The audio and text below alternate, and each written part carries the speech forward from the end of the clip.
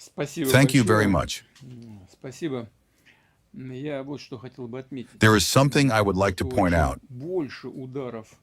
The more the adversary attempts to strike our civilian infrastructure, and we must, of course, first and foremost, do everything necessary to protect these facilities and protect civilians. But the more attempts of this kind the adversary makes, the larger the security zone we will have to establish on the adjacent territory. This is particularly relevant given that this area, just like the other territories we are discussing today, is also historically Russian land. We are about to wrap up this portion of the meeting, and then we will discuss a few specific matters separately. But here is what I would like to note. The Russian armed forces continue to confidently maintain the strategic initiative in the Special Military Operations Zone,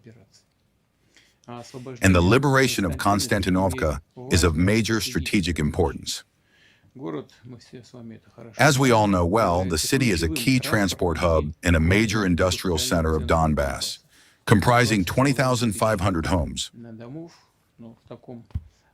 For comparison, a regional center like Sumy has just over 30,000, so these are comparable in scale.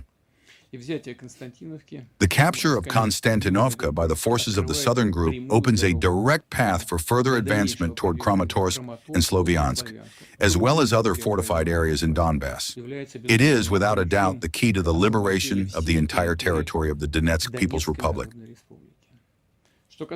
As for the creation of a buffer zone, I will return to this once again. This is also an important part of the connection, an important part of achieving the overall objectives. Formations and military units of the Northern Group of Forces are successfully managing this task and continue to push the adversary's formations further back from Russian borders. The decisive role in this achievement undoubtedly belongs to our soldiers and officers. In the course of combat operations, they display the finest qualities of the Russian military tradition, such as selfless devotion and love for the motherland, military camaraderie, and combat brotherhood.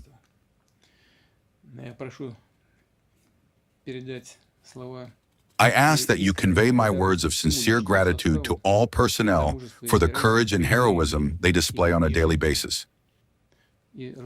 And of course, as I have mentioned before, all those who have most distinguished themselves must be nominated for state decorations. Now, a few words regarding the information and propaganda operation being conducted by the adversary, which highlights the imaginary, so-called successes of the Kiev regime on the battlefield. I would like to note that both the Kiev regime itself and the so-called European pseudo-peacemakers, whose true objective is not peace, but rather the continuation of the war against Russia to the last Ukrainian, consistently confirm our assumptions about their true intentions, both through their statements and their practical actions. I want to note that in the joint statement of some EU leaders dated June 7, 2026, it is stated that they welcome the innovative, as they put it, use of unmanned drone technologies by the Kiev regime. I have already spoken about this publicly, and I asked a question that was, of course, purely rhetorical. Does this mean they also mean strikes against our civilian facilities, against civilian infrastructure, against transport vehicles carrying civilians and children, and against student dormitories? Does all of this mean they are encouraging strikes of this nature? However, in this connection, I emphasize that the delivery of massed coordinated strikes against the infrastructure of Ukraine's military-industrial complex and the facilities that support its functioning must be continued.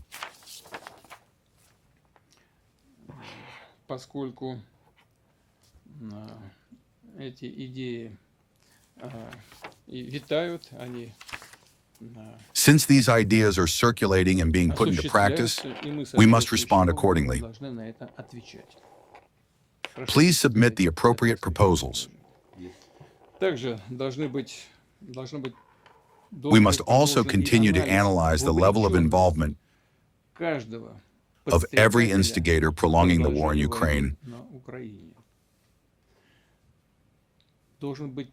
specifically assessing the direct involvement of each in actual combat operations.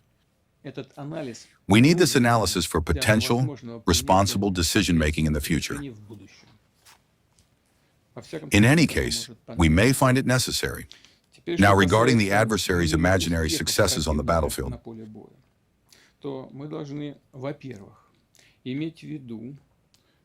first, we must keep in mind that to prop up their narratives and false claims,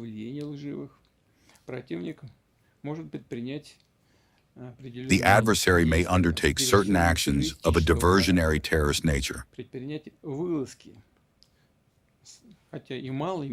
They may launch incursions, even with small forces, but accompanied by a great deal of high-profile propaganda, in order to validate their assertions of pseudo-achievements. We must be prepared for these potential incursions. And second, the boastful statements regarding successes by the ringleaders of the Kiev regime, successes which we know do not actually exist, ultimately play into our hands. These performers, and they don't truly know how to do anything else, nor were they trained for anything else. Nevertheless, through their actions and statements, undoubtedly disorganize both themselves and their sponsors. I repeat, this plays into our hands. Meanwhile, the commanders of the groups of the Russian armed forces must act methodically, rationally, and consistently.